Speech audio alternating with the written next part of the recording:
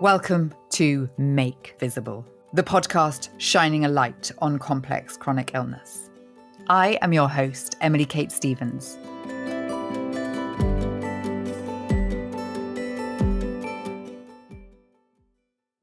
In a slight change to our usual format, today on the podcast, I am joined by Gez Medinger. And what we're going to do is talk to you as two people who have had complex chronic illness for over 5 years about what has made a difference in this journey to us, to our health, to our mental well-being. Now, Gez and I actually both caught COVID on the 13th of March, 2020. And whilst we are not going to go thoroughly into our backstories because it is very much out there for you to see in other places if you want to find out more about our journey to this point, Gez has tried, I would say, in excess of 35, 40 different treatment strategies. He has written the Long COVID Handbook. He has a very active YouTube channel. And like me, he has interviewed the top experts within the space of complex chronic illness. I don't know, Gez. I would say between us, we've probably interviewed 300, 400 of the top doctors in the space, scientists, researchers, putting our minds together. We must have some knowledge there.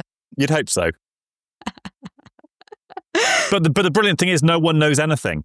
So there's a famous expression about Hollywood written by William Goldman, I think, one of the famous screenwriters of the 70s, and he just says, no one knows anything. And that's about the executives and all the powers that be in Hollywood who say they know everything. And the same weirdly applies to this in a funny way. I mean, not literally, but kind of.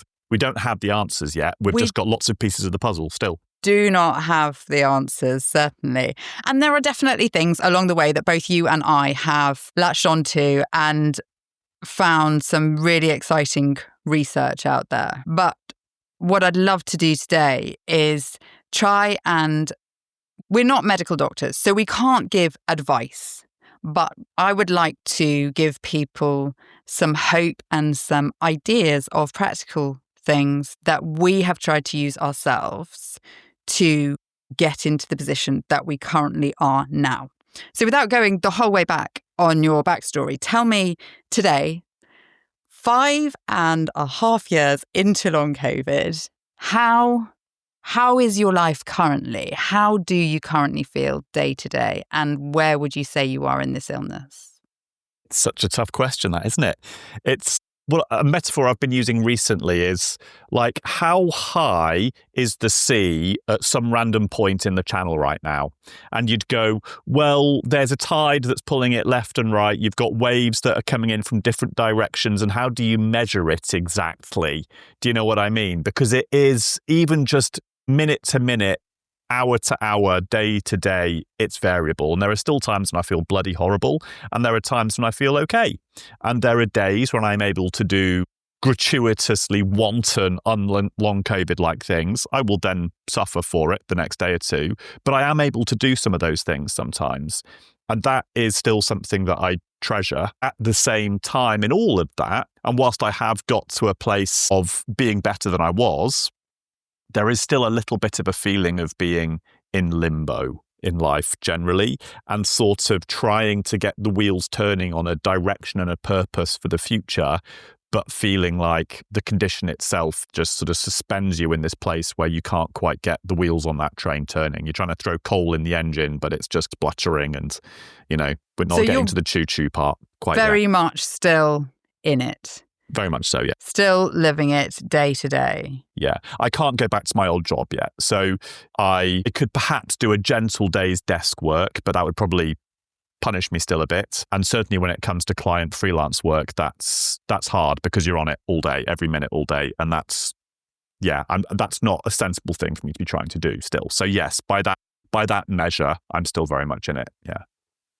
All of the questions that I'm going to ask you And feel free for you to field questions as well. I would love it if you tell me where you are, and then I'm going to give my perspective of that, of where I am now, so that people have this dual perspective of two people that have really, really tried to understand the science and where we have got to.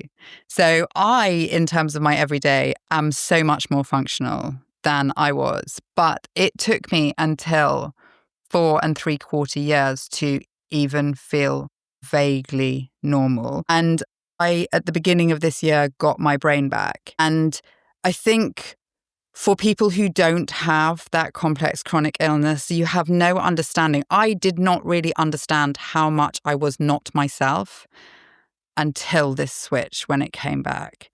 That you are constantly struggling uphill to do things that were so simple before. And that's aside from the very physiological things and the pain, but this complete lack of being yourself was something that changed for me at the beginning of this year, and it has completely changed my life. Now, that is not to say that this has gone. And I have to, and I think that I might have to for the rest of my life, live every day balancing my nervous system, being conscious of the activities that I do, and like you said, enjoying life, but possibly taking a hit for it. But I feel like I've reached some kind of new normal that enables me to actually live life. And I'm forging in a direction now that is different to what I was doing before, but actually is giving me joy and gives me a sense of purpose and possibly is more in alignment with what I'm supposed to be doing. And maybe that's one of the reasons that, this all comes in the first place, that sort of overdoing it, the burnout. And both you and I had quite high-pressured, high-octane existences previously.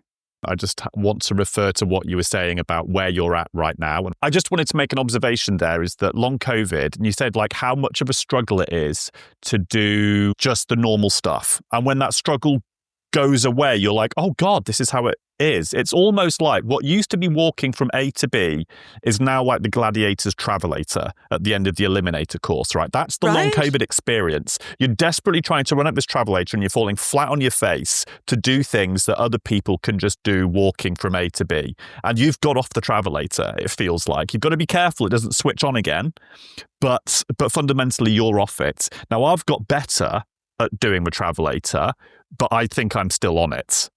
And so you're still in that struggle. Very much so, yeah. And I think that's, when we sort of look at it that way, it's quite a sort of a visceral way of imagining what, and this I think is what people who don't have long COVID don't understand, is that doing a lot of the simple stuff is that gladiator's travelator for us. They see us doing it and they don't realise what it takes to do it. They just think it's the same as it is for them, which is fine and easy. And that's one of the challenges, I think, with the people around us. And that's a really interesting point, because that is also across the board. It is not just that we can't go to the gym or do physical exercise. It, for me, was super simple things that I have never had to think about before. The logistics of getting up and getting my children to school. When something that you have to do every single day becomes a mountain to climb, especially with I don't know, there's just this cloud on your brain that makes everything, things that should be so straightforward, things that you have done forever, everything's a challenge. So 100%. You have recently done a fabulous series where you've talked through every single strategy, treatment, supplement that you've tried. And please do go and check that out. It's on Gez's YouTube channel. And what I found really interesting from this is that it is very, very different strategies that you and I have employed to get to this point. You have thrown a lot at a lot of quite medical, a lot of chancing drug interventions. And I have done it very much down a more holistic, neurological route. But both of us, I think, have had wins from some of the things that we've done. Can you tell me, from those 30 plus strategies that you talk about in your recent series? Is there any one that stands out to you as being the thing for you? I'm not saying for everyone, and I think that is a big point, that everyone's experience is so different. But what stood out for you? What's been the thing that's made the biggest difference for me? I think you said how we've come at stuff from a different perspective. There are I've only made 2 of the videos at the moment talking about everything I've tried. And the ones I've spoken about in the first 2 are mostly the sort of the physical interventions. But there have been things I've done that have made a huge difference to my well-being, if not necessarily the condition itself. And that includes things like I did a psilocybin experience for 3 hours, like a guided psilocybin experience. And oh my God, did a lot of grief and emotion and all sorts of stuff pour out of me. And my nervous system was in a completely different place after that than it was before. Right. And my mental health was in a very different place after that than it was before. And that's a window into everything that we carry with us that feeds into that nervous system reaction, which is all part of the same puzzle, right? So there's different ways of trying to address this multifaceted, super complex condition where so many of our different systems are tied into it. And I have tried some of that holistic type stuff too. And I also would say that in its own way, some of those interventions have been the most powerful, because if they affect the way that you feel and the way that you are emotionally in your mood, that's a huge part of the puzzle, because I think that's fascinating, because all of the people that you and I speak to are generally working on different body systems or different parts of us or of the illness. And actually, the interplay between all of those things, so the interplay between the neurology and what that's done to your heart and that's done to your pain in the brain, that interplay of it all, and particularly the impact that changing those holistic things, the impact that they can have on your immune system and on your hormones and on the chemical balance of your body is massive. So it's this duality of the science and the holistic, and we shouldn't actually separate them out, and we shouldn't say that certain things are non-scientific and certain things are, the things that are termed holistic are somehow often viewed as woo-woo or not based in fact. But a lot of these things are actually centuries, thousands of years old. And it's only now that we're possibly understanding the science that has made them relevant for so long. I completely agree. And I think long COVID is a condition where that sort of stuff is particularly relevant, more so than it is in other acute illnesses, for example. I think the complexity and the degree to which every single part of the body has fallen into well, not every single part of the body, but there is this multi-system dysfunction.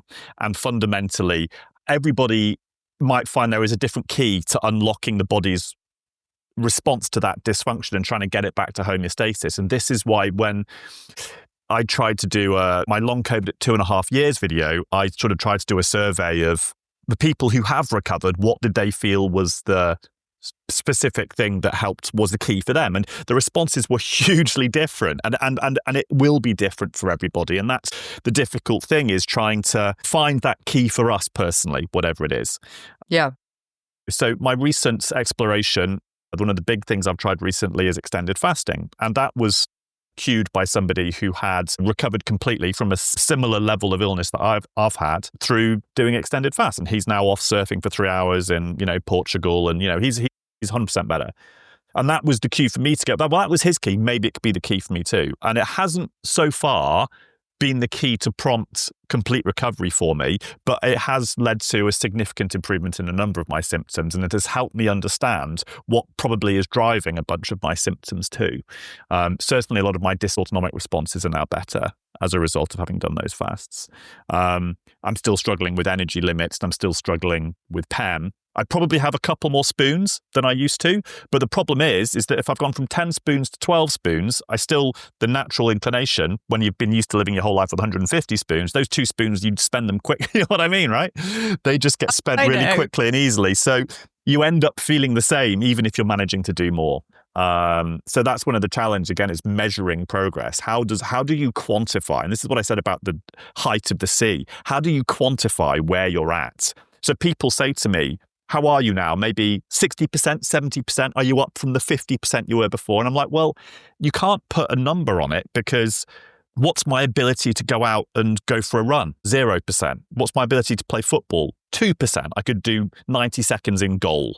What's my ability to sit at a desk and do a couple of hours work? 80%, right? What's my ability to go out for a curry and a beer? Like 1%. So it very much depends on how you're quantifying what you're able to do. And everything is so different across the board. And even then, all of those scores are going to change minute to minute, hour to hour, day to day. So like, it's just pin the tail on the donkey, like how you quantify where you're at. And I guess the simplest way of looking at it almost is, do you still feel like you're on the travelator? And I guess I still do. Yeah. Okay. So you've tried intermittent fasting as well. Yeah, a little bit of intermittent, but not huge. I've never done it reliably for a long period of time. Because again, some people find their bodies get on really well with intermittent fasting. For me, I found it really hard. I just found my blood sugar levels crashed and it was really tough. And my body didn't like it. I felt worse whilst doing it.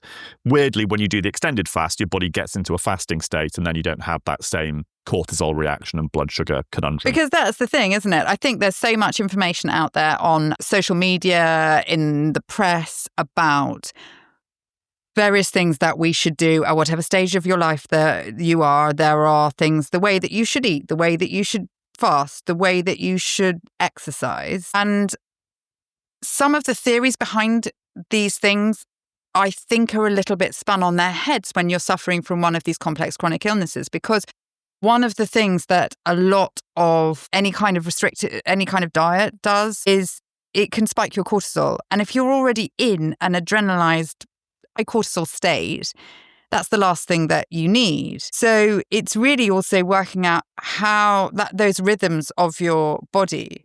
It's one of the fundamental things that I would say is that if you can sort your sleep out somehow, it is an absolute game changer.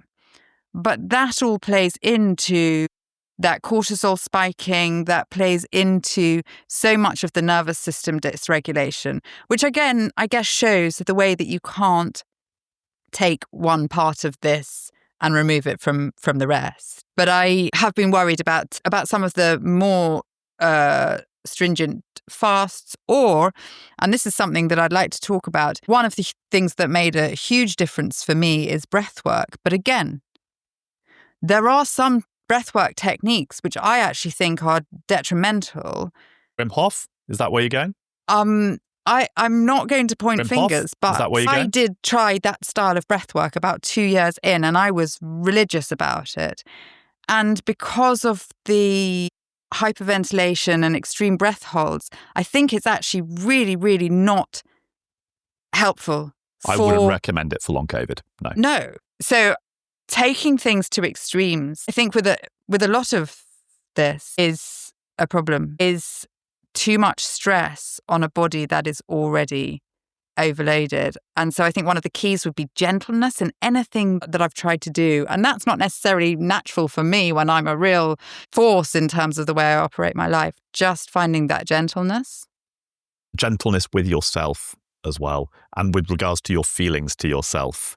That's something I've always struggled with, and it's particularly tough in this. Be gentle with yourself, forgive yourself for not getting things right all the time. Because any of that stuff, if you start beating yourself up, again, that's the last thing your nervous system needs, as well as your mental health, right? And a lot of us might have found in this long COVID journey that a lot of our old mental health coping mechanisms are no longer accessible to us. So we have to find new ways of managing this stuff. I used to throw myself into work. I used to go out and party. I used to go run literal marathons. All of that stuff is no longer on the table. So I have to find new ways of having a release valve, new ways of finding peace in myself, of grounding myself, doing whatever it is I need. I think some might say finding how to actually sit with it instead of finding those distraction things might be one of the paths that we need to find, because perhaps we've been for so long, not necessarily running from problems, but using coping mechanisms to mask our feelings. And there's a whole subject here, which, trigger warning probably for some people if they're early in their long COVID journey, but long COVID is also an opportunity. Any trauma, any tragedy, along with the curse, there also may come an opportunity, which is an opportunity to, given enough time to process the event itself, to look at your life and the way your life is built and the way that your perceptions of your life are built and the way that you're it's given me, put it this way, it's given me a window to look at all sorts of things about the way I lived my life that maybe weren't entirely healthy, and to an opportunity to rebuild my life and go in a direction that is more grounded, that is better for me and for the people around me, and that is less hyper or less adrenaline driven and actually more based around the more meaningful things in life rather than abstract ambitions and goals that seem to supplant so many of us in sort of modern life find ourselves driven by this sense of achievement, putting value on achievement as opposed to value on peace and simply being. And I think long COVID is an opportunity to find that peace in simply being that is there if we want to look for it, but it's hard and it's a difficult place to get there. And we have to get over ourselves to get there. And that's been a journey for me. That really has been. Yeah, I think within that, my journey into mindfulness, into meditation has been huge. And from the outside, people might be thinking, don't tell me that I can cure this just by sitting and having a little think or a little non-think. I am not suggesting that anyone can cure an illness. And neither was I. Simply by doing that. No, I know. Yeah. But I love that idea of taking the opportunity to reflect on yourself and really, really, because you have so much time with yourself, by yourself, start to actually listen to what's inside and how you are living in alignment with your true self and how you are constantly pushing for that external validation, for those goals that you have generally set for yourself. No one from the outside necessarily set them. No one said that you need to be doing this, earning this, running this number of miles. It's often not the outside. It's you that have set these goals and expectations for yourself. And once you're in this state of illness, that moment where you have to release all expectations is actually incredibly freeing. And it took me a long time to come to terms with. And you have to do it on a daily basis when you're in the thick of the illness. So sometimes it's just that you really, really wanted to go to your mum's birthday lunch. You really, really wanted to, but you physically are completely unable. And it's devastating at the times when all of these things are compounded.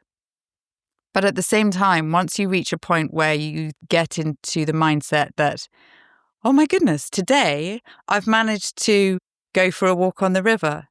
And I'm really, really grateful and thankful for that. Instead of always being disappointed by the things that you can't do, it's that real, you have to have this real mindset shift. I think another part of that mindset shift on a slightly sort of larger timescale is what's the point where in your illness where you stop trying to get back to the life you had before and start to accept that a life that you aspire to in the future is different to that life that you were pursuing before. And I mean, it took me probably, if I got better tomorrow, right now, what would I do? Would I jump back into my old life? No, I wouldn't, because my path is now different. There would be things from it I would like to reincorporate. I'd like to be able to jog again, There's certain things I'd like to be able to do. But fundamentally, I would not be living that same life. I wouldn't be jumping straight back in. And that, for me, shifted probably 2 to 3 years in. And I think that is also a huge part of this too, but it is tied into that. And that also probably corresponded with a point in time where first thing I would do in the morning, before picking up my phone, is actually spend a few minutes breathing. Then I open my curtain and I let some daylight come in. And only after a certain amount of time do I pick up my phone, right? And that in itself is a reflection of how much stimulation you're trying to bring into your life. When I come down into the morning for breakfast, I open the back doors, I go out and I stand it before I've started doing anything else. I stand on the grass, whatever the weather is, in my pajamas, with the grass on my feet, even if I'm being rained on. And I just spend 10, 15, 20 seconds just going, hello, morning. And then I come in. Never did that before. Right. And again, these are just grounding principles just to appreciate the things that we do have. And I'm not saying this is going to make you better, but it's going to make you feel better about your life. Do we want to be miserable, or do we want to be as happy as we can be at any given moment? After all there ever is now. You start getting into worlds of philosophy, right? Are we living for the future, or are we living for now? And I think long COVID teaches us, in a funny way, as awful as the now is, it sort of kicks us out of that whole place of living for the future that we maybe got trapped in previous life. And we realize that we have to basically exist in the now and actually appreciate what there can be appreciated in the now, even if most of it is awful, but just focus on the things that aren't. Yeah, because that is genuinely all you have is right here and now, especially as a lot of the time the past is massively triggering because you're not there anymore and the future is really, really so uncertain. So I think that's a great insight. And the details that you gave just then, opening the curtains, checking in with your circadian rhythm.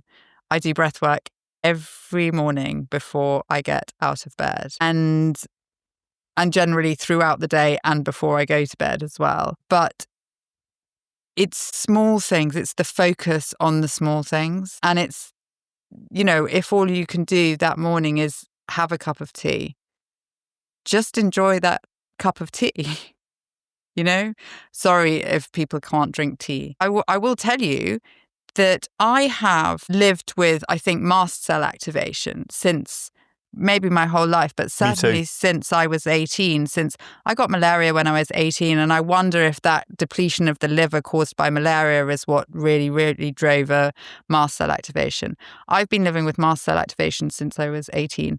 And it got so bad in my long COVID. I don't drink coffee. I don't drink alcohol. I can't eat a lot of fruits. There's so many things that trigger me. Smells and everything. Since my shift, I no longer have constant eczema. I have not had hands which aren't ripped apart by eczema since I was 18 years old. And I have, clear skin. So that, I mentioned that just because of the tea thing.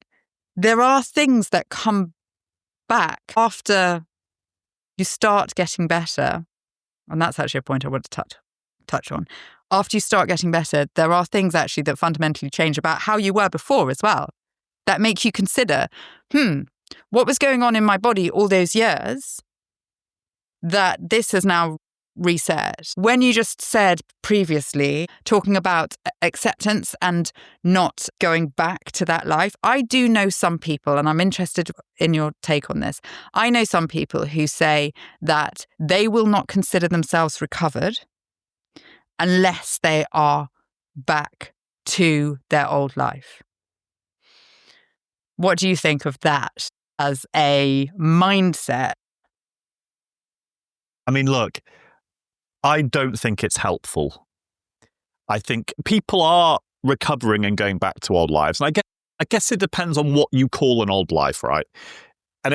And whether there were things in that old life that were unhealthy that contributed potentially to the body falling into dysfunction. I'm not trying to victim blame here or say that anybody did things but there is a reason, it seems, that there are certain correlations why some of us at certain points in life and all the rest of it with certain pre-existing factors and life scenarios all together contribute to some of us getting long COVID and some of us not, right? And I don't know. It's a really tough one, that, right? Because I don't want to say anybody shouldn't feel like they can't go back to their old life if they want to. But at the same time, there is a little bit of, I feel like we always have to go, it's better to look forwards than backwards. And is there something that we can learn from this experience? Absolutely. Fundamentally, that helps us go forward in a better way. Yeah. Yeah. And I think there's a lot of contention around the word recovery. Yes. Because for some people, that really is back to the previous. I think I have recovered a large amount. I am not going to probably ever say that I am fully recovered, but I have recovered. I have made good steps, but I will never be able to go back to my previous life. And I don't want to. Perhaps you don't want to, yeah. And that's I really don't want to. Yeah. Because I was living in that high adrenaline state constantly for years, for my whole life. I mean, I worked in broadcast news. It was relentless, and constantly on. And the first thing you do in the morning is you check your phone, and you never, ever turn that phone off. And now, I mean, last week I spent the day with my kids and my nephew and niece, and took them down into a gorge and went swimming in a river. And I had no mobile reception for 8 hours or something. And it was absolute bliss. In fact, I would say that I also I took a trip to Costa Rica by myself in March. And I would say that putting my phone in a safe and having literally no constant WhatsApps, not checking my email, was such a game changer for my nervous system, because we do not realize, even when you're lying in bed, how connected we are by this technology and this pull to constant scroll stimulation. And when you remove it, you just the release, the joy that you feel from just being. It's getting past that point where you feel the instinctive urge to reach for it. After a certain amount of time, you lose that instinctive urge to reach for your phone or to get that stimulation. That's the point where sort of the actual relaxation happens, because you've actually broken that cycle of that pattern of stimulation seeking behavior. Yeah. I have a question which I have to ask, and I don't know if you've spoken about it on your podcast before, but what was it? Was there something that you did that precipitated this shift for you? So I've not spoken about this because on this podcast, I have not really shared very much of my personal journey. And it is not necessarily something that I am going to advocate, but I will tell you what happened to me. I got the flu, which is the first time that I got an infection that wasn't COVID in nearly 5 years. So I'd had COVID 5 or 6 times, but no other infection, not even a cold. My nose had not run in all of that time. And I don't know if that's because I was always masking and I was quite careful. And obviously I lived in my bedroom a lot. But I had this hole where COVID came in and no other infections did. I caught the flu. And so this is multifaceted. I caught the flu. And from all the research that you and I have done, I decided not to take anything to suppress that fever, because I thought I am going to get my immune system to actually mount a response and clean my system. And I was sick for about 8 days. I had fevers of 104 degrees. And at the end of it, I came round on day 8 and my brain was back.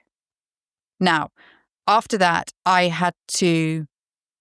was absolutely crushingly exhausted. I had to go to bed without fail before 9 o'clock every night for months. I still had various symptoms, but the brain difference was just remarkable. And I then have spent 6 months doing religious breath work.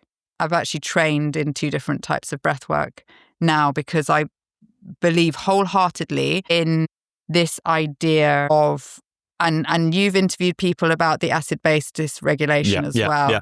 And I do believe wholeheartedly that there's a huge symptom exacerbation. I think from what I've just told you, that we have viral persistence. But I think that a huge symptom exacerbation is that we all felt, and look, I'm someone who's learnt to breathe when I was 18, trained in breathing, okay?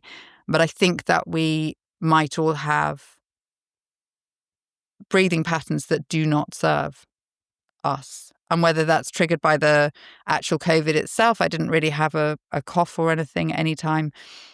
But I did feel massive fear whilst I had that first bout of COVID that I was going to die, because I felt like I couldn't breathe in the night, and I was by myself in the night. And there were 3 or 4 nights where I thought I was going to die because it wasn't like I was breathless, but I just didn't think that I could breathe.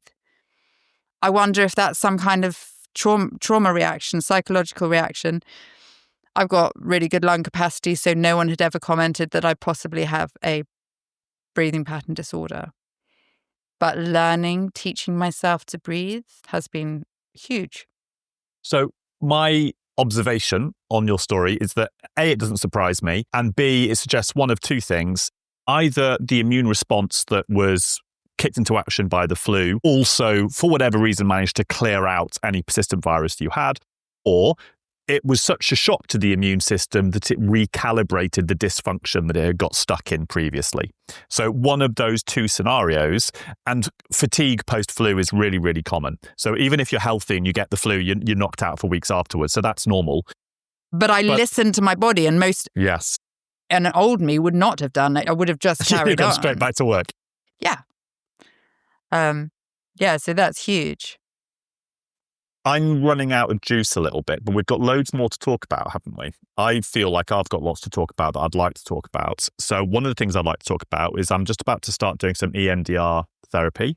And this is a really interesting sort of hybrid approach to the holistic and the scientific in terms of long COVID, in my opinion, because it taps a little bit in. I mean, again, it's that whole controversial thing about trauma being a precursor to long COVID and the rest of it. But trauma is a precursor to nervous system dysfunction, and nervous dysfunction is part of long COVID. And there's this sort of idea that there's the cell danger response, which is one of the theories for long COVID. And that cell danger response, you can tie that into that idea of previous trauma and a body that's unable to basically switch off that mechanism of actually processing that. So that's going to be, I'm going to talk about it in due course on the channel, but I'm happy to talk about it here as well, and sort of the rationale for why it's something that I feel like I want to try, and my hopes for why it might make a difference. And even if it only improves my mental health, win.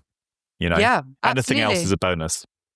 Yeah. I think that's one of the things that I've done. I've really focused on my mental health, because we haven't been able to get medical help. I've had headaches, migraines that would take me out for weeks at a time for 5.5 years. And I only just got to see a neurologist on the NHS 2 weeks ago.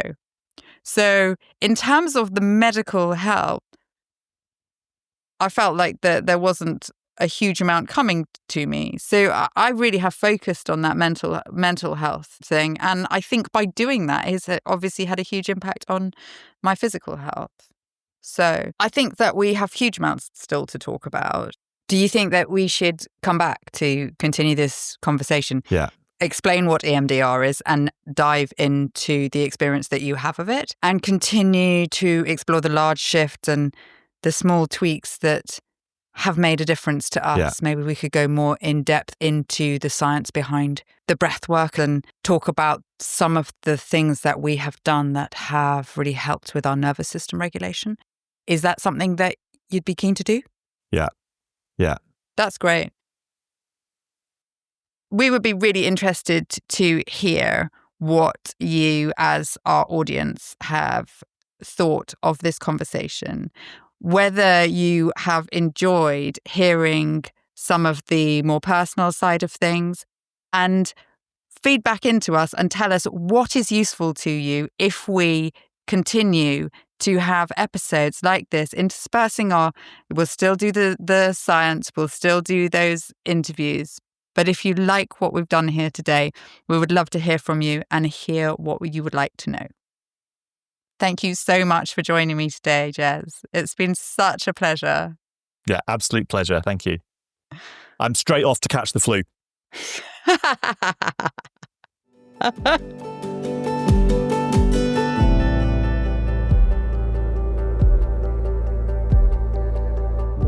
Thank you for listening to Make Visible. Please do like, follow, or subscribe to listen to our next episode, where we'll be uncovering more insights into complex chronic illness.